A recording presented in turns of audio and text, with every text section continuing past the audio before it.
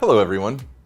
Visual Studio Code is a very popular and powerful integrated development environment, or IDE, and millions of developers use it every month. In this pro tip, I'll show you some great extensions for Visual Studio Code that has made my coding life a lot easier, and maybe it could do the same for you.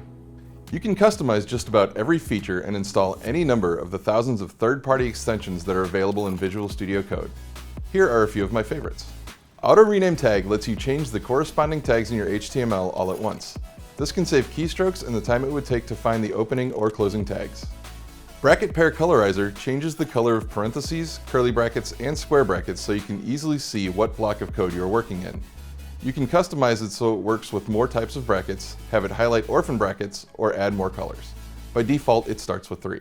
Prettier formats your code when you save your file in case you might have added a space or tab and gotten your code out of alignment.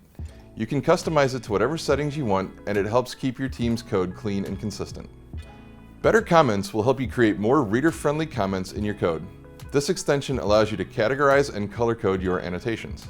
Git Lens enhances the Git capabilities built into VS Code. It helps you visualize code authorship at a glance with Git Blame annotations and Code Lens, easily navigate Git repositories, and wield powerful comparison commands to gain new insights.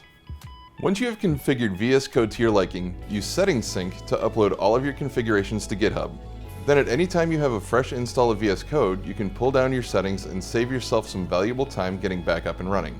Drop into the comments to tell us about your favorite VS Code extensions and topics you'd like to see covered in future videos. Thanks for watching!